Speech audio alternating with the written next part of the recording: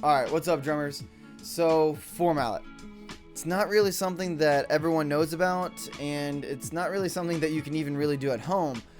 But I still feel like there's quite a lot of people out there who want to know how to do it and want to know what it is, and there's not a lot of teachers out there who know how to teach it, and especially know how to teach it well.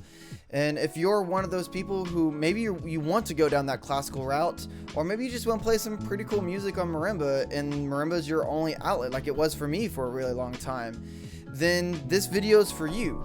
And we're not going to go over all the different types of grips, whatever. We're mainly going to go over Steven's grip. And like always, we are going to break this down into 3 steps. The first one's going to be the inside mallet. Second one's going to be the outside mallet. And then putting them together and playing what's called a vertical stroke.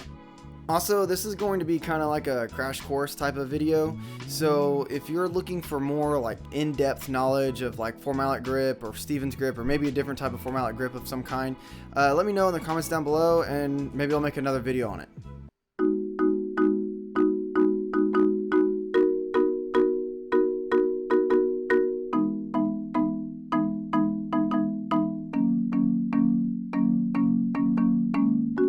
So the first thing you need to know about Steven's grip is that it's going to be a hand shaking motion, which means that the thumb is going to be on top of the grip basically the entire time, with few exceptions. Notice that when I play the marimba right here, my motion is coming from the wrist with my thumb on top. Now, we are going to start with talking about the inside mallet, which is this one right here. Now what you're going to do is you're going to find roughly the center of your palm, and then you are going to get your index finger and you're going to make like this little pirate R shape, little hook. And then you're going to let the mallet rest on the crease of the very first knuckle. Then you're going to take the meaty part of your thumb, and that's basically what's going to allow it to balance, along with putting your thumb on top. You should feel pretty solid with this.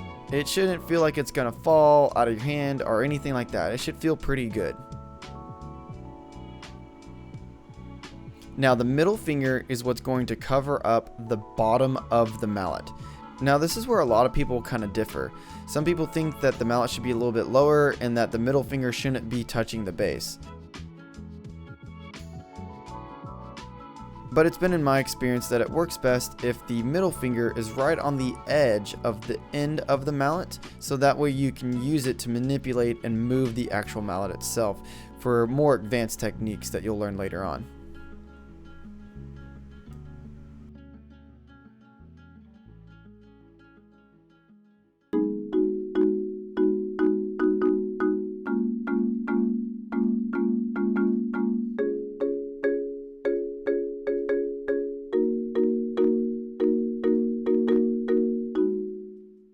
So next we're going to talk about the outside mallet. Now the way you're going to do this is that you're going to take the mallet and you're going to put it in between the middle finger and the ring finger, letting the ring finger and the pinky finger kind of curl around. Now it's also very important that you keep it right basically on the edge of the knuckle and not push it back too far back. There's actually a nerve ending that's right around here, and you could pinch it, which would make you lose like kind of control of your hand, and it's not going to be good. So it's important to put it a little bit closer to the knuckle than to the actual base of the finger. So this is what your mallet should look like.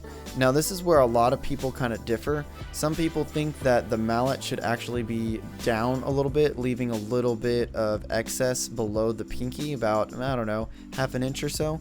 I don't really like that, or I think that's really good. I think that shortens the length of the mallet, especially when you have those bigger intervals in the more advanced literature, and it doesn't give me as much leverage as I could have as if it's all the way up.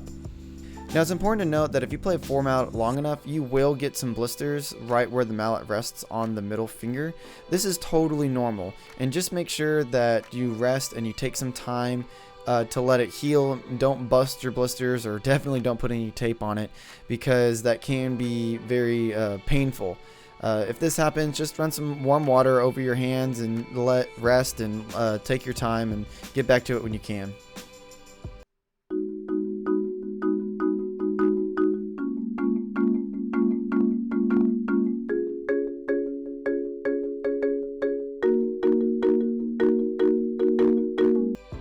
So this is what the grip will look like once you put both mallets together.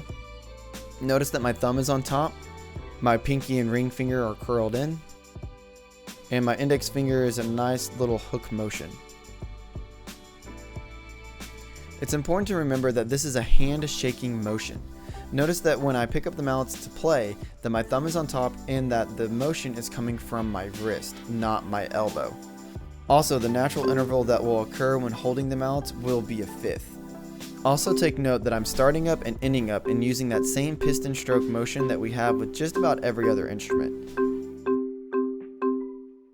Notice that when I have all 4 mallets in my hands, that my mallets are still naturally at a fifth. Right here, I'm playing an F and a C, and I'm still using that piston stroke, using my wrist as my starting point, and my thumbs are on top. These are called double vertical strokes. Okay, so that's it for today's video. I hope you learned something, hope you enjoyed it, and remember, don't get frustrated. 4 mallets, especially Steven's grip, it's difficult, I'm not gonna lie, and it's very taxing on the hands. So take it slow, take breaks, run warm water over your hands. That always makes my hands feel better. And I guess I'll catch you in the next video. Oh yeah, you know, social media and stuff, follow me, Twitch, I stream and stuff, it's all in the description. Alright, boom, boom!